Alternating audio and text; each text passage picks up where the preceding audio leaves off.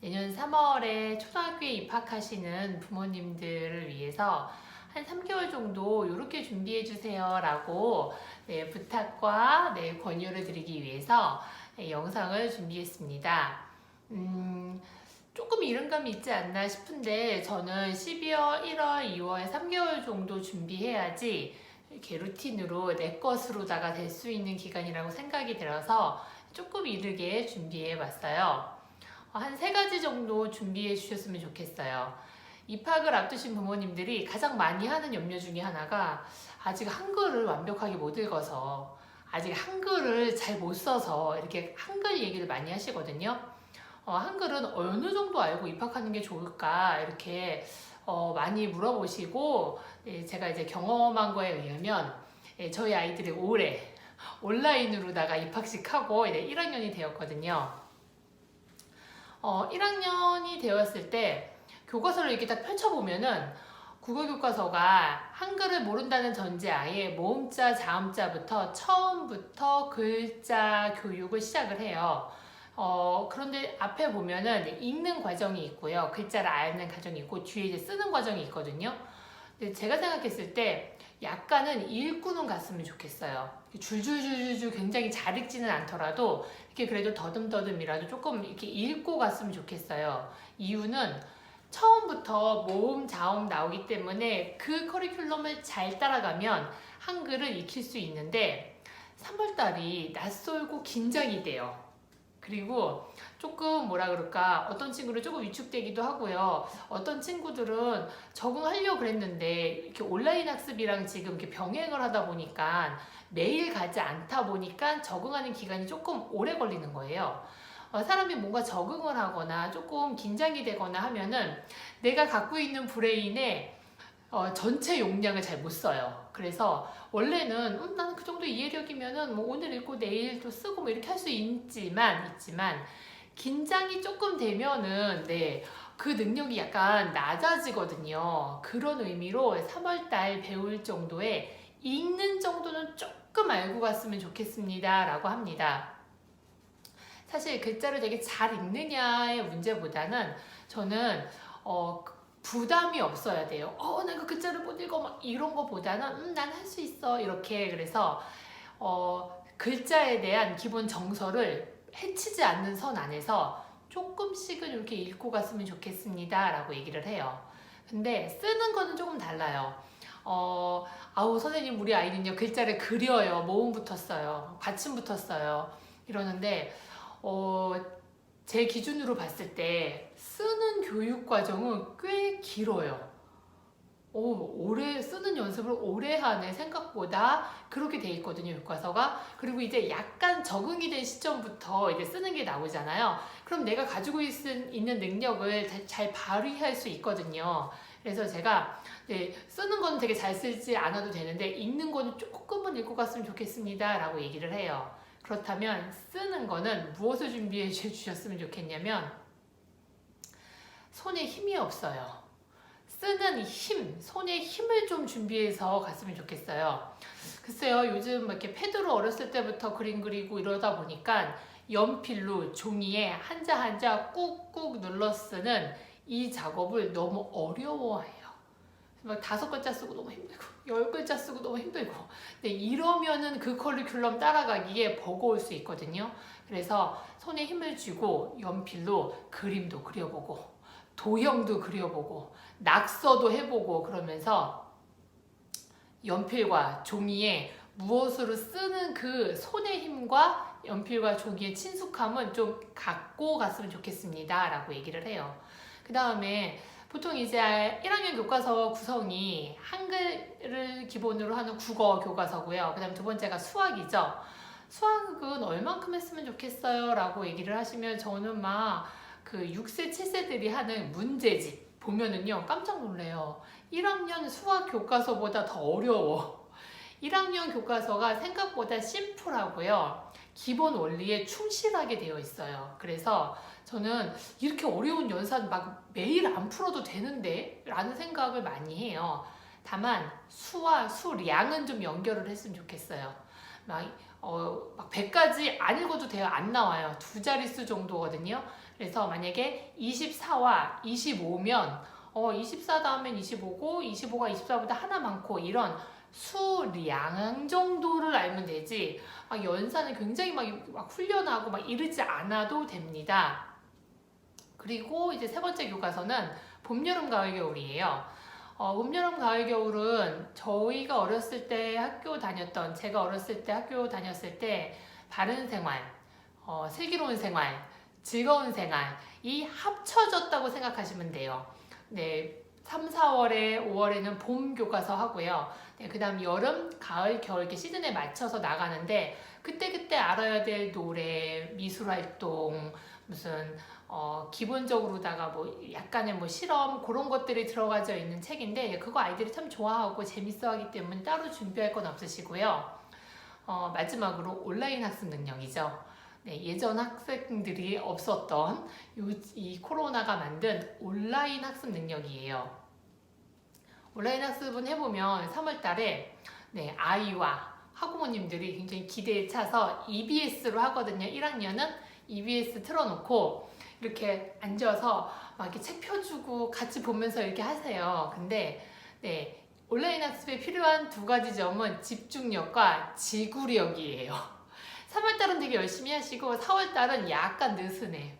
5월달 같은 경우도 그렇고 갈수록 좀 해이해지시거든요. 그래서 막 2학기가 되니까 밀리는 거예요. 아 오늘은 안 해.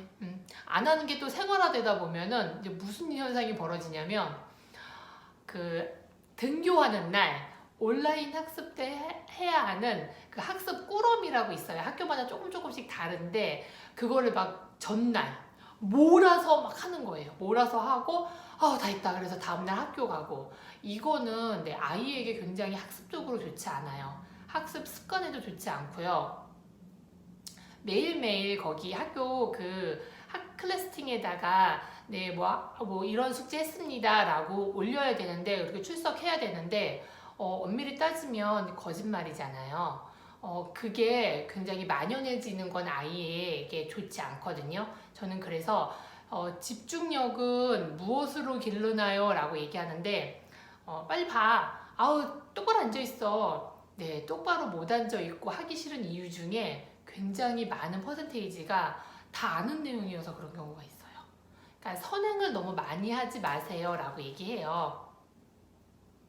저는 선행을 참 그렇게 막 이렇게 안 좋아하는 쪽인데 이유는 간단해요. 많은 전문가들과 학자들이 그 나이 때 이거 배우면 됩니다 라고 만들어 놓는 그 교과 과정을 존중합니다. 그래서 미리 너무 선행을 많이 하시면 그 학습 내용이 너무 재미없어요. 따분해요. 그래서 모르는 내용을 습득하는 과정의 기회를 박탈하신 거예요. 선행을 너무 많이 하시면. 그래서 그 온라인 학습 보고 네, 꾸러미 하고 다음날 네, 학교에 갖다 내서 선생님이 잘했구나 열심히 하였구나 이렇게 했을 때 네, 굉장히 바람직한 성취의 결과의 칭찬이죠. 막 전날 몰아서 하고 이거 네, 저는 네, 추천하지 않습니다.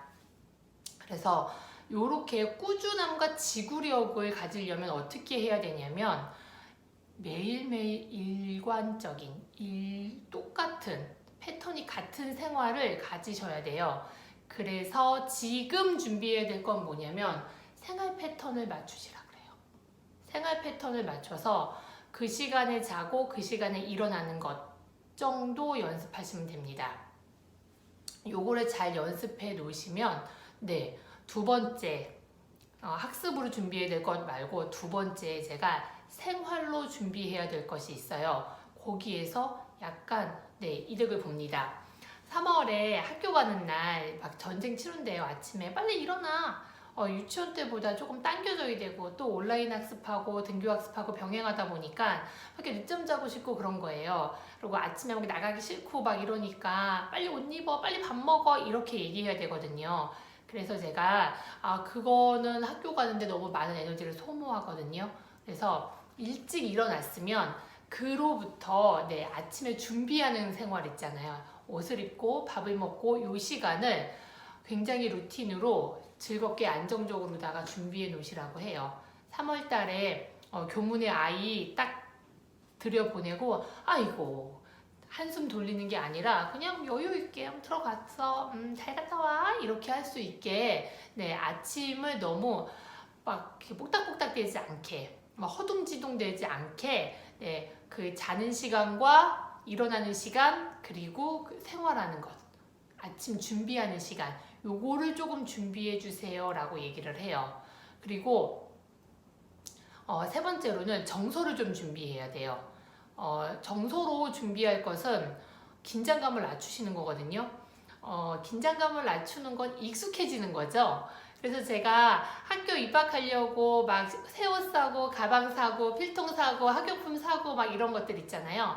조금씩 그냥 쓰면서 지금부터 조금씩 사서 쓰다가 그 학교 입학할 때 그 색연필, 뭐 크레파스, 연필 이런 거 준비해 가지고 오라고 하거든요.